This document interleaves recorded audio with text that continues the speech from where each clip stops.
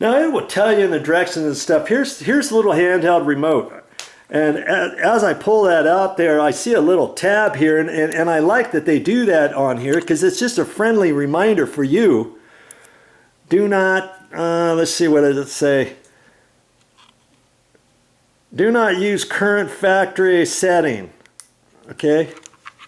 And it tells you to do your own. Please set the dip switch, as they call it, in the battery compartment and on the receiver to the same unique pattern. And they have, see, here's 1, 2, 3, 4, 5. They're all pushed over to the left.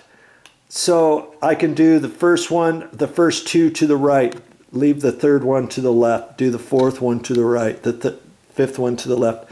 However I want to do it, as long as I know that this is to the left, and I look at the other one, and I have to, and I just make the assumption that this, as I'm looking at it, this is going to be to the left. So if I turn that one to the right, I can turn this one to the right, and I turn that one to the right, you know, from the top down, from left to right.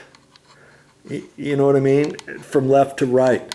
Make sure you get them in the right way. And see, it says it on this too. Do not use current factory setting. Please set the dip switches to the battery in the battery compartment and on the receiver to the same unique pattern. They're calling this the receiver. Okay?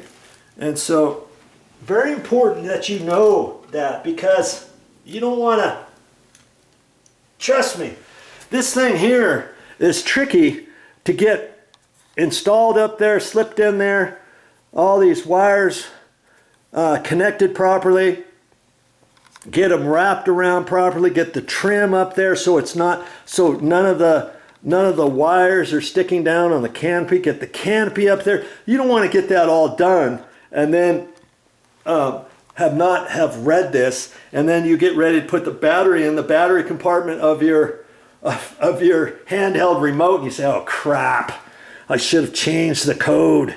Here, I'll just leave it to the factory set. I'll just leave it. I think it would still work. They're just suggesting to you to not to do that, okay? And so I'm not going to. I'm gonna find my own unique pattern, and I think they say there's like 32 different codes, you know, however you have all those in sequence. And so I take those outside or back in the bathroom with brighter light with a little screwdriver, little paddle screwdriver like that, okay? And then I'll do that and make the code. So in fact, I think I'm going to do that now before I do anything else, so that it's done with before I get going, before I forget and wire up the thing. And of course they give you a battery. Most places do give you a battery.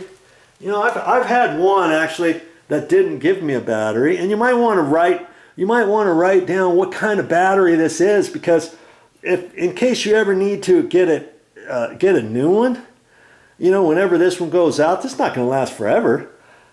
Then you've got that information, or take it out and make sure you actually take this to the hardware store. Don't say, oh yeah, I know what that is, just a small one.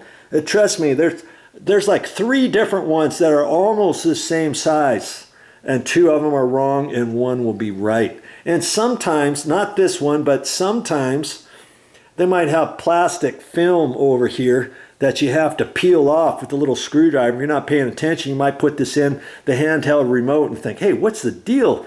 I've got it in there right, it's not working. Well, that's because it's like shrink wrap stuff around here, and it's preventing the little metal tips from engaging properly. So make sure you don't run into that. This one doesn't have it, so I'm good to go. Okay, so I'm gonna set those codes now. Well, I can cross that one off my list. That's all I got for this time. But I'll be back with more videos.